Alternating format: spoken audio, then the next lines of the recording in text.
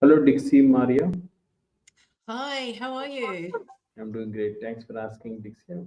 Welcome on board for the day two virtual event. Before we start this session, uh, let me give a brief intro about Dixie Maria Carlton. Dixie Sure. Maria Carlton is a globally renowned publishing coach and authority strategist who empowers experts to transform their knowledge into impactful award-winning books. Using her signature trivariant framework, she helps nonfiction authors craft compelling narratives that elevate their authority and drive meaningful growth. With decades of experience across diverse industries, she brings a no-nonsense, results-driven approach to event project. Dixie's clients consistently win awards, secure media exposure, and expand their businesses by building lasting legacies, not just books. She is deeply committed to ensure expert knowledge reaching the right audience with the right message. So this is all from the Dixie Marian Carlton experience as a book, as an author. We welcome her on the stage and let us listen to the great thoughts and her visionary insights to us. Thank you so much, Dixie, for being on board. The stage is all yours. Thank you very much. Can I just confirm that my PowerPoint is showing? Mm, Can you share it? Yep, I was sharing it and now it just doesn't seem to be. Yeah, it's not being visible. We My could see apologies. your, yeah, we could see your backstage. Okay, sorry, but this is somehow not quite working. My apologies to the audience. Can you again join, or do you want us to share the slides? We can do from this Would you side. like to share the slides and I will just when I'll ask when they need to be flipped on. Is that all right? Yeah. So Yep. we'll share the slides. You can say next slide so that our technical team does the slides Okay. orientation, and you can Thank proceed. you. Thank you. Apologies to the No audience. worries. No Okay. worries. No worries. All right. Hey, so I'm Dixie Maria Carlton. So we're going to talk about memoirs today. And I'm going to start with telling you about a story. In 1985 in Texas, Jason Woodward stepped outside of her home and was abducted, raped, and held hostage. She managed to escape her assailant, who fled, and he was later captured right on the border. He would be kidnapped himself by three unknown men from a Mexican jail and returned to Texas. That's not even half of this extraordinary true crime drama. I had the pleasure of helping Jason to develop and publish her memoir a couple of years ago. It then went on to become a true crime podcast series before finding its way into the hands of a noted Hollywood producer who is now turning this incredible story into a feature film due for release in 2026. Jason didn't want to just write a story. She wanted her experience to matter to others. She is a fierce advocate for women's rights to defend themselves and for not allowing the big things in life to define our lives in negative ways. Can you flick slide, please? You see, there's extraordinary power in stories. Every single one of us has a library worth of stories worth sharing. The tragedy is that so many of them remain unwritten. And memoirs are not just personal recollections. Sorry, next slide. They are bridges to legacy. They're healing. They teach us, and they're all about building connection. Why do people love memoirs? Next slide. Memoirs help us learn from others' challenges, their triumphs, their insights, their experiences. They also, of course, help us preserve family and cultural history, and they can transform pain into purpose. And I think that's really important.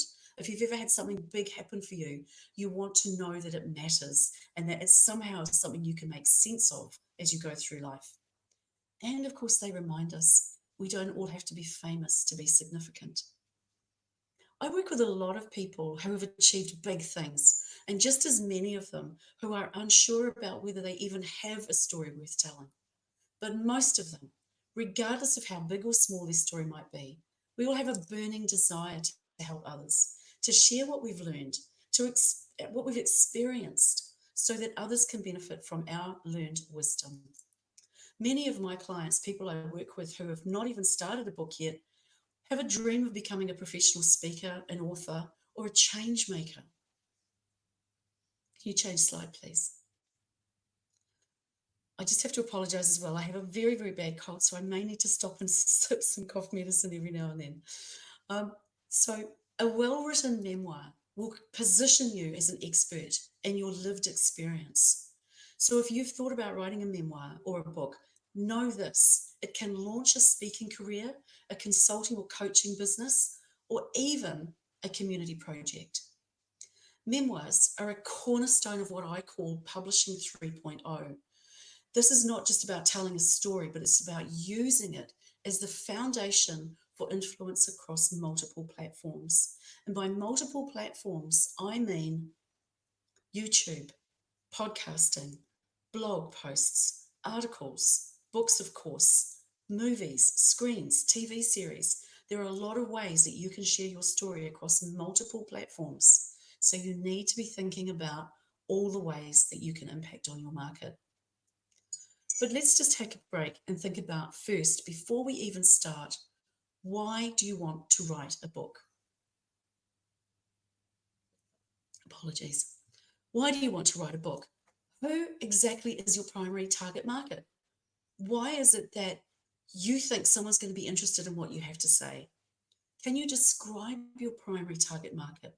Can you describe the person who's going to be sitting up late at night with your book in their hands, desperately not wanting to turn the light out yet to finish the next chapter? Can you describe them really clearly? And it's important to know who they are and who's going to want to read a book.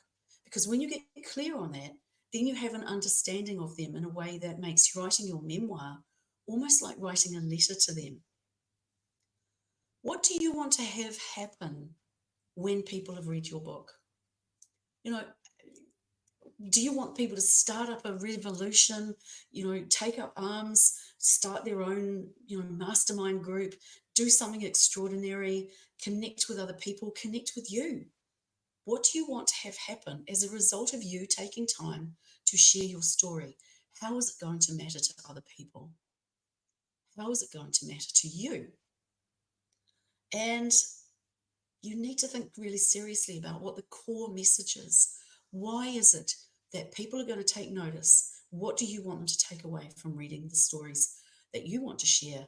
What do you want them to do when they turn that final page?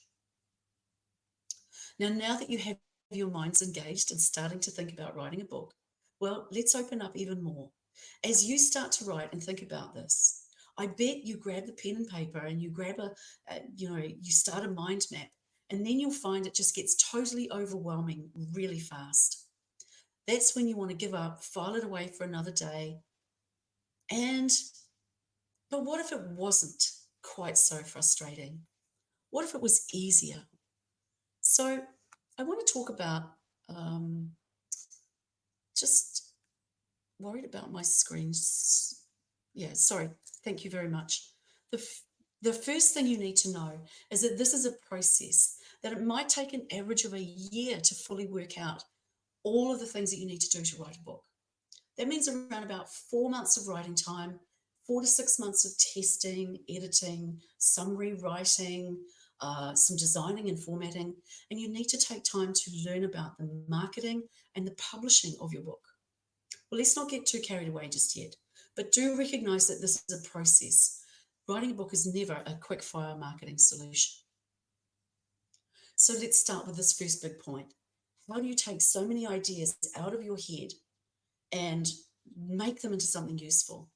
Because by now I'm thinking you've realized, even just listening to what I've said, that this is a big life, right? You've lived a big life in some area. But there are a lot of excuses for why people do not want to write a book. And can I have the next slide, please? Sorry, can you go back? Previous slide. Previous.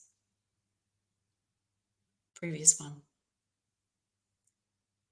Can we go back one more? Sorry. That's where I need to be. Thank you. I will tell you when we need to slide into change the new one. Okay. There are a number of things that I hear as excuses for why people do not want to write a book. One, it's not important enough. I'm not important enough. Who's going to listen to me? It's too controversial. Sorry, controversial. Or it's not a good enough story. Maybe it's not even a story at all. Or the most important one is I have no idea where to start. Well, let's unpack that one first, shall we? Can I just ask the moderator there, is my picture showing on the screen or have I just got a blank background?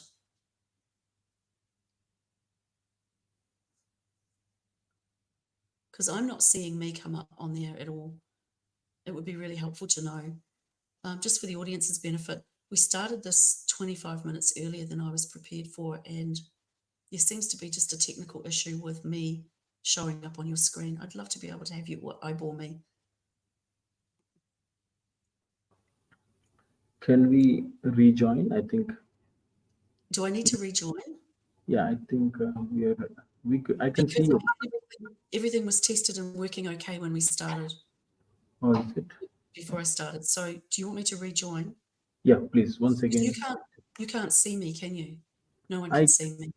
I can see you because all we could see you is your picture. I mean, Yeah, that's right. You can only see my picture. You can't see me presenting. Is that no, correct? no, I can't see you. We can see your. Did you on your camera? I have my camera on and I tested my camera before I started. Okay, because we couldn't see you from the starting itself. Yeah, we cannot see you, but it's better once we can, because you're at the right framework. This is very Okay. important. So All why right. don't you please try one more time by joining, and then we can resolve it. Okay? Okay. My apologies to all the listeners. I'll be right back. Thank you so much. Sorry for the technical glitch. Thank you.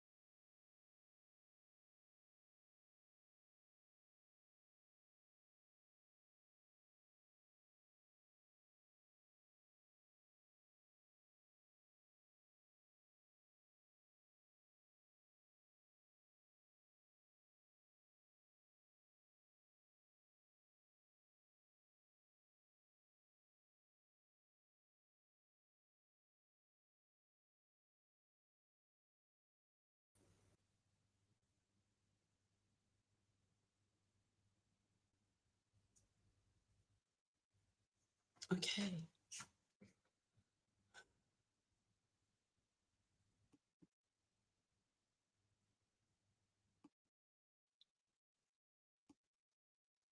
All right.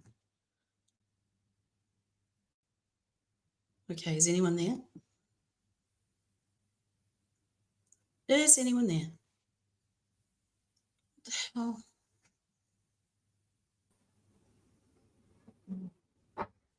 Okay. All right. Should be all good with everything now, Yeah, but you still can't see me, can you? Yeah, we can't see you, but we can see your presentation. You can go ahead. Okay, thank you. My apologies to everybody who's here, but okay, I promise I put my lipstick on and I was looking really sharp and my camera's all good to go and I've got a great background. But anyway, we'll just carry on and you can catch up with me personally another day. So, all right, I wanted to just say why people don't want to write books. The common thing that I hear is that I've got no idea where to start. And so we end up with unpacking that. So I'd like to introduce to you my trivariant framework. It's a simple process for getting your story into shape for sharing. That is the correct slide, thank you. I wrote a book a few years ago that sets this out perfectly. And if you stick around, I'm going to gift you a free copy. All right. So in my trivariant framework, we start with the draft. That means we break down your story into 3 essential parts: before, during, and after. Or, in other ways, start, middle, ending. Let me explain this further. So, 3 parts. Cinderella lived in a big house. She went to a ball. She married Prince Charming. What are the 3 parts? And then what are the 3 subparts of each of those parts? So, part 1, we've established Cinderella lived in a big house. 1, with a wicked stepmother and sisters. 2, her father died. 3, she had to clean a lot of fireplaces.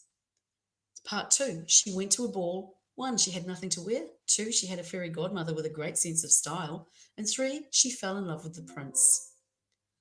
Part 3, she married Prince Charming. 1, she had fun until midnight. 2, she ran away and dropped a glass slipper. And 3, Prince Charming went all out to find her and finally proposed. So you start by nutting out the essential 9 chapters this way. And that might grow into, say, 12, 15, or even 20 chapters. But as I said already, let's start with the draft. All right? This entire process is about getting that information out of your head and into a format that means your readers will appreciate the thought you put into the flow of the story. Now, if you're writing nonfiction, you also need to ensure you have reader flow with stories to make all the facts sticky. So what you're seeing on the screen now is just page 1 of the trivariant framework, breaking down into the flow that gives you really good reader-friendly content. Next slide, please. So there are a range of these worksheet pieces in this process, but it's all about getting the information out of your head and into a format you can easily work with. Next slide, please. So this is about cohesive reader flow and whole book thinking. Are you with me so far? Can I have the next slide, please? Next slide, please. Thank you. So you'll see there, you end up with this process where you've got part 1, which has got maybe 3 chapters, part 2, which has got maybe 3 chapters, and part 3, maybe 3 chapters. And as I say, it can expand. You're also going to start with an introduction and you're going to have a summary chapter. And some of those parts may end up being more chapters. Each one of those chapters may also have several parts to it or several bullet points. What you again want to think about is having good reader-friendly flow of content. And there's a couple of critical points to consider so far with your story. 1, don't overshare. So if you're writing a memoir and you're writing it about your life and you're starting in with your childhood, then we don't want to know about every high school teacher, what your grandmother wore to, her wedding or whatever. We just want to know the basic parts of the story that are relevant to the main memoir, all right? So don't overshare too much information. Readers get really frustrated now and have very short attention spans. So you want to get them turning the pages quickly. What's happening next? What's happening next? And if you write to the plan, then one, you don't even have to write in chronological order, but you can take parts of it and just work those and write the parts that you want to write first. But also, you will already have nutted out what doesn't belong there. That's why you write to a plan. And when you write to a plan, you'll also have a really good understanding of the size of the book. Now, a memoir or a business book does not need to be the size of a novel. In fact, very much the opposite. In most instances, the size of a book that is not a novel is going to be around about 30,000 to 40,000 words. So break that down into perhaps an average of 10 chapters, and which may include your summary, or maybe you're breaking into extra chapters. Let's say 10 chapters at about 2,500 to 3,000 words per chapter. That's a consistent chapter flow. So you don't have chapters that have got 500 words and some with 10,000 words, some 2 pages and some 20 pages. You want to make sure that everything has got flow and consistency of size and information. So the size of the book at that basis will be around about 30,000 words, which is going to give you around 160 to maybe 200 pages. That's a good sized business book or a memoir. Because remember, unless you're a celebrity and you've got lots of Hollywood gossip to pack up the book with, no one's going to actually stay around and read it till the end, unless you are an incredibly good storyteller, in which case you've probably already written several books. You also want to remember to be descriptive, all right? Being descriptive means saying things like, give you an example. My mum was around 5'5" and she had brown hair and, she worked as a teacher. That's one way of explaining something in your background. But what if you shared it this way? My mum was particularly beautiful. She wasn't classically stunning. She just had this amazing smile that completely lit up her face. She was small framed, but her smile was bigger than the rest of her. And when she smiled, her eyes crinkled. They were blue. Her blue eyes crinkled. And her forehead would kind of be smudged with the curls on her forehead. Smudged with her brown hair curls. And she just always looked amazing. That's a far more descriptive and beautiful way of describing a person than just saying what her height was, what she did for a living. Okay? So be descriptive. Play with being descriptive. And use dialogue. When you think about a good book, it's always got dialogue in it because you want to make sure that that you're bringing the reader on a journey with you, that you're bringing them into the room and inviting them into the conversations that were had. So here's an example. Instead of saying something like, I decided early that I wanted to be a world famous cello player, and I knew that was going to take a lot of hard work, and so I applied myself and made that happen. But what about this instead? I arrived home from school one afternoon and I found my mum sitting at the table. She was doing the crossword puzzle and I sat down and I said to her, Mum, I've decided I really want to be a world famous cello player. Well, she took a moment and she put a pen down and she looked up at me slowly and her eyes twinkled and she smiled and she said, Brenda, if that's really what you want to do, I will completely support you 100%. But no more excuses about missing practice. And no, I cannot afford to pay for all those extra lessons for you. So you're going to have to get a job down at the local greengrocers on the weekends. Is that okay? Yeah, Mom. You feel the difference? That's bringing the reader with you. And that's really powerful. Okay, so it's all about showing, don't telling. Also think about the fact that permissions. You may need to include other people in your story. Now, if you've hit on things that are family secrets, legal situations, celebrities that might feature in your story, you may not be able to just simply write about those things. You may need to seek some permissions. Practice makes perfect. Rewrites really matter. Now, when you first load your draft out of your brain and into your plan and then write your first draft, you know that it's going to be pretty much an overview. Then you go back and you fill in all the extra pieces, you experiment with dialogue and the descriptions, and you make the stories really sticky. You make it all beautiful to read. And forget perfection, because perfection does not exist in publishing. In publishing, just like any other industry, perfection is one of those things that will completely stifle or maybe even kill your creativity. Even some of the most well-known and highly paid authors in the world will still find a mistake or two in your book. As long as your book is not loaded with errors, which really comes down to your editing and proofing process, and I highly recommend you get quality professional proofing and editing people involved. As long as you've gone through the process of making sure it's as good as it can possibly be, aim for about 99%, and that's probably where you'll get to. And you will be the person who will be the hardest critic about your book.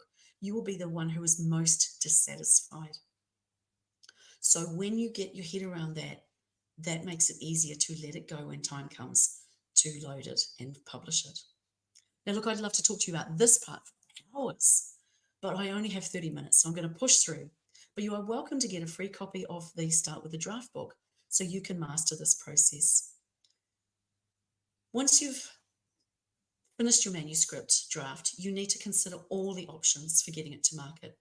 Probably what you'll do first is you'll stick it in a bottom drawer and ignore it for a few weeks. But then you need to pick it up and think about all of the things that take place between getting your big idea out of your head and selling your first copy. Next slide, please. Okay, there are 10 things that you need to know in the process of getting your book from draft to published. Now, we've already talked about planning your book and writing it. Well, then you need to test it with some friendly beta readers. Now, these might be 2 or 3 people that you know who love you enough to give you honest feedback, and that means the bad stuff as well as the good. They may say things like, well, I really loved that part. I thought you over-described that. I didn't even know that, so I went to the encyclopedia or Wikipedia and looked it up, but that distracted me. I thought you over-described this. This was repetitive, but overall I really liked it. Or they may say, hey, look, love you to bits, friend, but maybe go back to the drawing board. But always get a few people to just give you some basic feedback. Then you finalize your content and you start working then with an editor to fine-tune your writing and your content. And that's like polishing the diamond. After that, you need to consider all of the designing and formatting requirements your book will need. And I know that some of this might sound like you're planning what your kids are going to wear to school while you're still pregnant. But really, starting with the end in mind is going to pay off really well. Now, once your files are finalized and you've proofed the final version, then you need to publish it to Amazon, Ingram Spark, draft to digital. And then what do? Oh yeah, you need to tell everyone. Now, I could talk for hours about Ingram Spark, draft to digital, and Amazon. I'm not going to here because I'm only stuck with 30 minutes, but there is a lot of information that I can share with you about that. And self-publishing, which I'm going to talk about next, is where you want to be thinking about these things and really understanding how they work well. Can I have the next slide, please? I know a lot of people want to know about the difference between self-publishing and working with a traditional publisher. Can I have the next slide, please?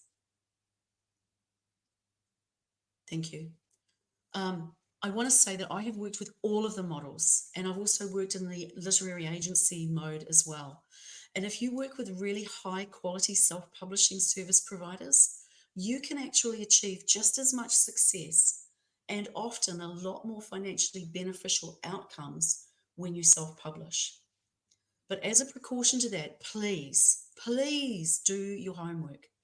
Learn the landscape of this business you are entering. This is not a hobby, so don't treat it as one. Some publishers specialize in some genres and some are far more general. And there are subgenres as well. So fiction and non-fiction and memoirs, cookbooks, and children's books, they all have multiple subgenres within them. It is a vast industry, just like any other. You will not find a one-size-fits-all option here, any more than you would expect a back surgeon to give you a measles vaccination or a family lawyer to defend you on a murder trial. Please do your homework. And also, remember very, very, very importantly, if anyone tries to tell you that you can record your book in a weekend and load it up onto Amazon by the end of the weekend, and that's your book, please don't believe them. That is not a book. That is what we call in the industry a desk thumper. That's the thing where people say, oh, I wrote a book, and they bang their table with it and say, see, here's my book. Well, the reality is that those kind of books, if they're not professionally edited, not well designed, will essentially sit on a waste pile for a very, very long time. Now, obviously, there are exceptions that confirm that rule, but I have rescued so many manuscripts and so many books. And I know from what I'm hearing and feedback from all of the industry, AI has some amazing opportunities for people. But AI cannot tell your stories. It cannot create your book for you and make it all amazing without you doing any work yourself. Anyone who tries to tell you that there are so many shortcuts you can make and make good money out of that is essentially trying to just take your money and telling you how to do it. It's not real. And that's not to say that you can't use AI, but you need to know what you're doing with AI when you're talking about content development. Can I have the next slide, please?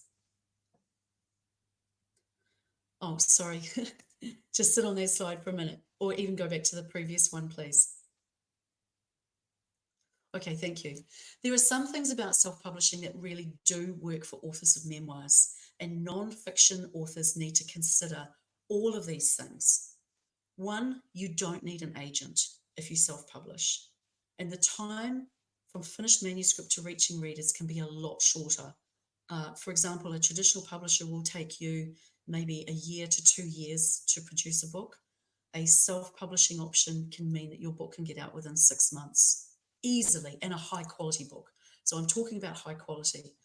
Obviously, there are times when something can happen a little faster, but in most instances, it is going to take you a little longer to self-publish than what you may think, but it's worth investing between 8 to 12 months to do it right.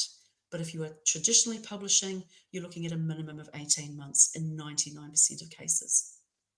You are also more in control, and you will earn a lot more per book usually than by working through traditional publishers and agents, because you're cutting out the middleman, right? And so you might just want to start with self-publishing. And if you're successful with that, you may also still find that the big guys come knocking on your door. And I've worked with a number of authors where that has happened as well.